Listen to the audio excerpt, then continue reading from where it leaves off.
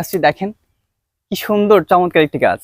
অন্যান্য গাছের থেকে এই গাছের যে বাকল সেটা একটু বেশি সুন্দর, এবং বাকলটি অবশ্য উঠে যায় আর ভিতরের অংশটি একদম সাদা।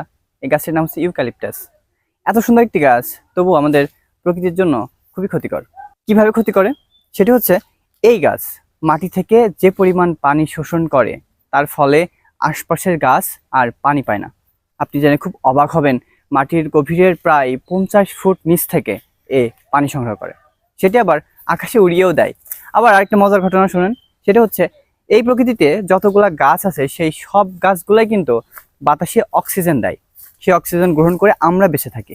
আবার এই গাছটি, এই আশপাশ যতগুলা গাছ দেখছেন সব গাছের থেকে অক্সিজেন শুধু শোষণই করছে, ছাড়ছে না।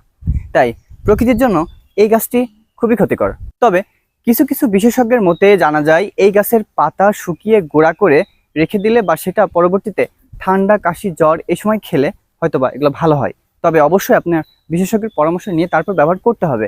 তবে আমি বলবো না করতে, কারণ যেহেতু গাছটি পরিবেশের জন্য ক্ষতিকর, সেহেতু এর সবকিছু ক্ষতিকর হতে পারে।